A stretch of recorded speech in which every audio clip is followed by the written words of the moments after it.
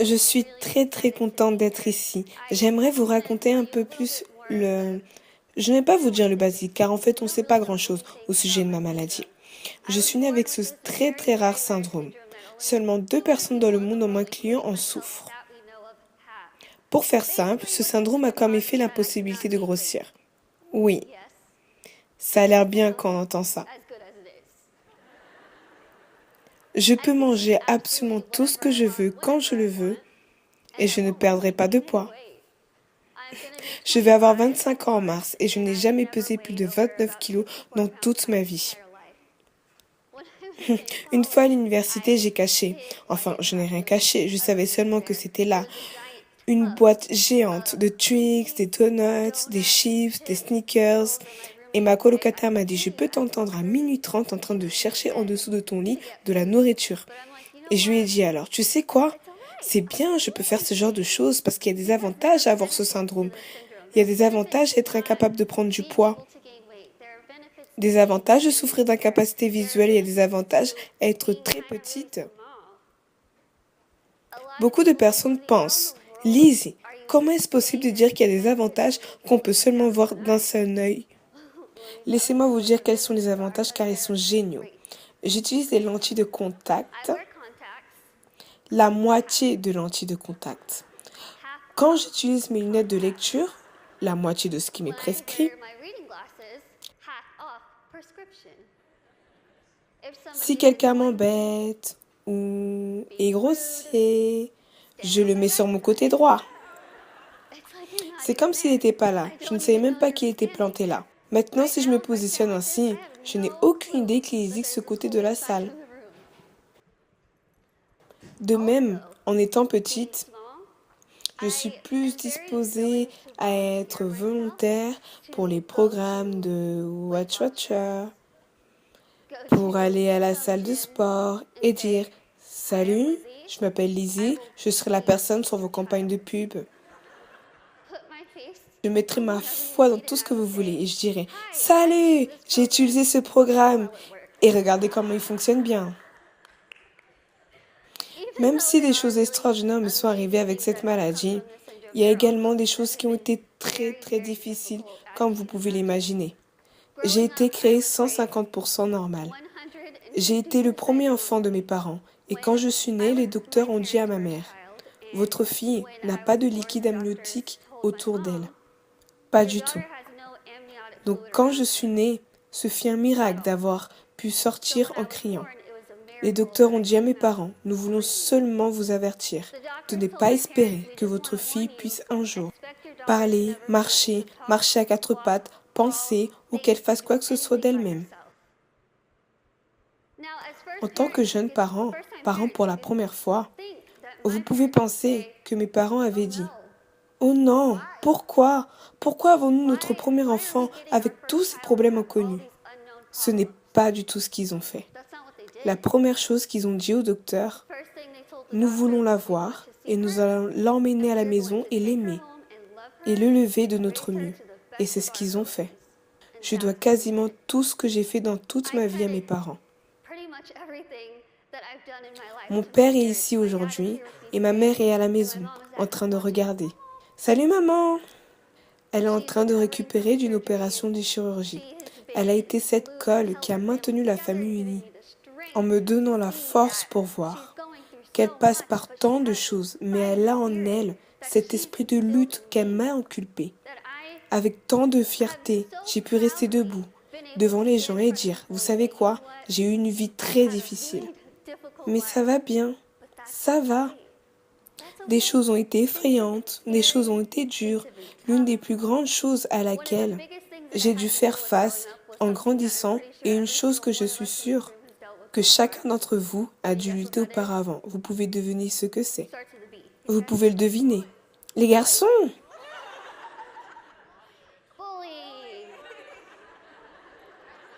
Je sais à quoi vous êtes en train de penser. J'aurais dû venir. Pourquoi ne pas m'asseoir avec eux? J'ai dû faire face à énormément de moqueries, mais comme je vous ai dit, on m'a élevée normalement. Donc, quand j'ai commencé à la maternelle, je n'avais aucune idée qu'ils me voyaient différente, pas du tout. Je ne pouvais pas voir que j'avais l'air différente des autres enfants. Je l'ai vu comme une grande claque de réalité pour un enfant de 5 ans. Parce que je suis allée à l'école le premier jour, habillée en Pocahontas et j'étais prête. Je suis arrivée avec mon cartable qui ressemble à une carapace de tortue, car il était plus gros que moi, et j'ai abordé une petite fille. Je lui ai souri, elle m'a regardée comme si j'étais un monstre, comme si j'étais la chose la plus effrayante qu'elle avait vue dans toute sa vie. Ma première réaction a été « Elle est vraiment grossière. Je suis une fille amusante, elle va louper ça. » Je suis donc allée dans un autre coin et j'ai joué avec des blocs de couleurs. Je pensais que le reste de la journée allait s'arranger, mais ce n'a pas été le cas. La journée fut de pire en pire et beaucoup de personnes ne voulaient pas me calculer. Et je ne pouvais pas comprendre pourquoi. Pourquoi? Qu'est-ce que j'ai fait? Je leur ai rien fait. Dans ma tête, j'étais toujours une chouette fille. Donc j'ai dû retourner chez moi et demander à mes parents « Quel est mon problème? Qu'est-ce que j'ai fait? Pourquoi ne m'aiment-ils pas ?» Et ils m'ont dit « Va à l'école, garde la tête haute, souris, reste la même. Et les gens verront que tu es comme eux. » Et c'est ce que j'ai fait. Je veux que vous pensiez en vous demandant ceci dans votre tête. Qu'est-ce qui vous définit? Qui êtes-vous? Est-ce d'où vous venez? Est-ce vos antécédents? Vos amis? Qu'est-ce que c'est? Qu'est-ce qui vous définit? Ça m'a pris pas mal de temps pour me rendre compte qu'est-ce qui me définissait. Pendant longtemps, je pensais que ce qui me définissait était mon apparence. Je pensais que mes fines jambes, mes petits bras et mon petit visage étaient moches. Je pensais que j'étais dégoûtante. Je détestais quand je me levais le matin pour aller à l'école en me regardant. En me regardant dans le miroir, je pensais « Puis-je effacer cette maladie? Ma vie serait alors bien plus facile si je pouvais seulement me l'enlever. » Je pourrais regarder les autres enfants. Je n'aurais pas acheté des habits de Dora l'exploratrice. Je n'aurais pas acheté des choses qui sont à la mode. Quand j'essayais d'être la fille sympa, je souhaitais, je priais, j'espérais et faisais tout ce que je pouvais pour me réveiller le matin et être enfin différente. Sans devoir faire face à ces problèmes. C'est ce que je voulais à chaque jour et chaque jour j'étais à nouveau déçue. J'avais un incroyable système de soutien autour de moi. Qui n'a jamais eu pitié pour moi? Ils étaient là pour me sortir quand j'étais triste. Ils étaient là pour rire avec moi durant les beaux moments. Et ils m'ont dit que même si j'avais ce syndrome, même si les choses sont difficiles, je ne peux pas laisser ça définir qui je suis. Ma vie a été mise dans mes mains, juste comme vos vies sont entre les vôtres. Vous êtes la personne assise dans le siège conducteur de votre voiture. Vous êtes la personne qui décide. Si votre voiture va dans une bonne ou une mauvaise direction, vous êtes celui qui décide.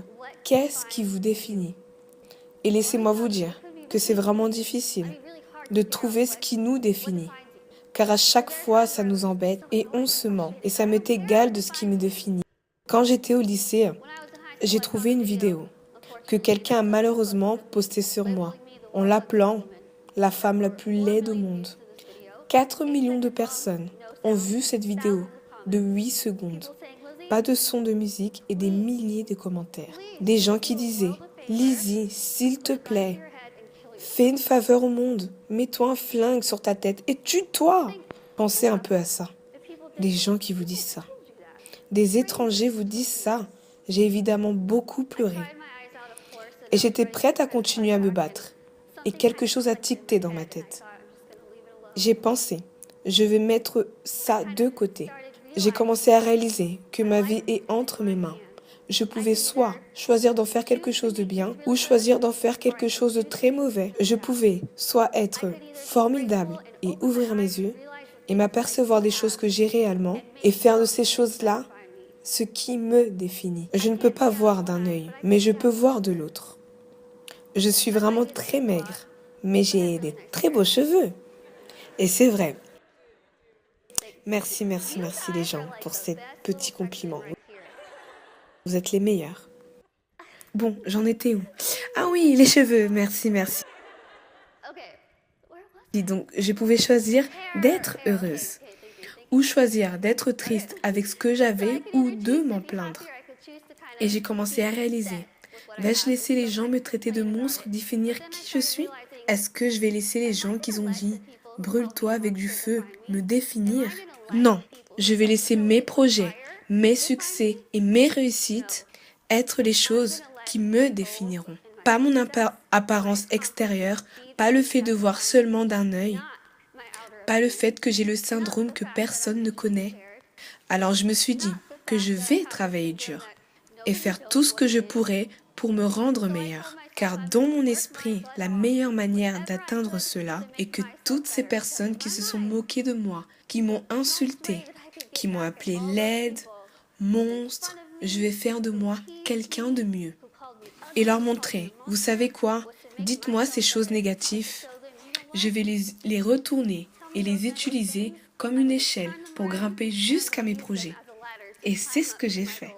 J'ai dit que je voulais être une conférencière spécialisée en motivation. Je veux écrire un livre, être diplômée à l'université, avoir ma propre famille et ma propre carrière. Et 8 ans après, je suis debout devant vous. Toujours en train de faire un discours de motivation, la première chose, je l'ai réalisée. Je voulais écrire un livre. Dans quelques mois, je devrais soumettre le manuscrit de mon 3e livre. Je voulais être diplômée à l'université et je viens tout juste de l'être. Je vais obtenir un diplôme en communication à l'université de Saint-Marcus et j'ai un certificat en anglais. J'ai vraiment essayé d'utiliser mon expérience de vie. Pendant que j'étais en train de passer mon diplôme, mes professeurs n'aiment pas vraiment ça. Mais je voulais honnêtement avoir ma propre famille et ma propre carrière. La partie de la famille arrivera plus tard. Considérant le fait que quand j'ai décidé de me convertir en conférencière en motivation, je suis allée chez moi, je me suis assise en face de mon ordinateur, je suis allée sur Google et j'ai tapé « Comment devenir une conférencière en motivation ?» Je ne plaisante même pas. J'ai vraiment travaillé dur. Je me suis servi des gens qui me disaient que je ne pouvais pas faire ça pour me motiver. J'ai utilisé leur négativité pour allumer mon feu et aller de l'avant. Utilisez ça. Utilisez ça. Utilisez cette négativité que vous avez dans votre vie pour faire de vous une meilleure personne. Car je vous garantis, vous gagnerez. Maintenant, je veux finir en vous redemandant. Quand vous allez partir, je veux que vous posiez cette question. Qu'est-ce qui vous définit? Mais souvenez-vous, le courage commence ici. Merci beaucoup.